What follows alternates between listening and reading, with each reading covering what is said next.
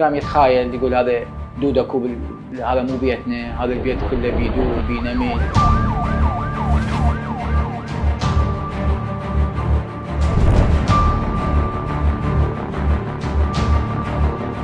جبته هنا مستشفى الحجه، شاف الدكتور حيدر ظاهر ابو الكسور، قال هسه نسوي العمليه. قلت له شغله الجلطه، قال شغله الجلطه ان شاء الله ما عليها مشكله. بعدين بين ما جو الدكاتره مال ابو القلبيه، الدكتور ابو الباطنيه، سوى له عمليه الحمد لله نجحت العمليه. الكسور كسر بالفخذ، قام يتذكر الموت، قام يتذكر اخوه متوفي، اصدقائه. وصفوا لي بالدكتور حسنين بالجمله العصبيه. جبنا الدكتور حسنين شاف الرجال، قال لي لازم نسوي له رنين وما اعرفه. سوينا رنين وهاي، قال عنده نزيف بالدماغ.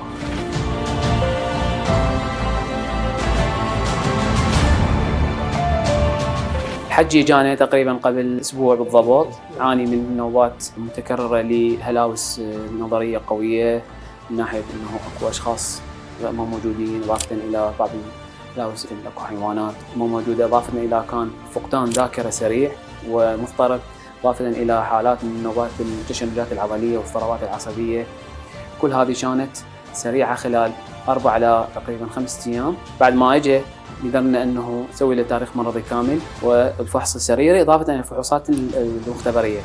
المهم بالحاله انه مو فقط تشخيص الحاله المرضيه النادره له، وانما كان اكو فد حاله من التحدي يتعلق ب انه هو قبل 10 ايام من دخوله كان يعاني من حاله جلطه دماغيه خاثره تعتبر متوسطه الى شديده. بعدها كان متعرض الى حادث دراجه نتج عنه انه حدوث كسر في عظم الفخذ الايسر، نتج عنه انه هاي الحاله انه اضطر يبقى بالسرير بدون حركه ويظل على علاج لمانع تخثر. نفس الوقت بخطوره انه يصير عنده مضاعفات للجلطه الدماغيه الخاثره، وهذا اللي صار فعلا، انه تحولت الخاثره الى نازفه خلال فتره 5 ايام من العلاج.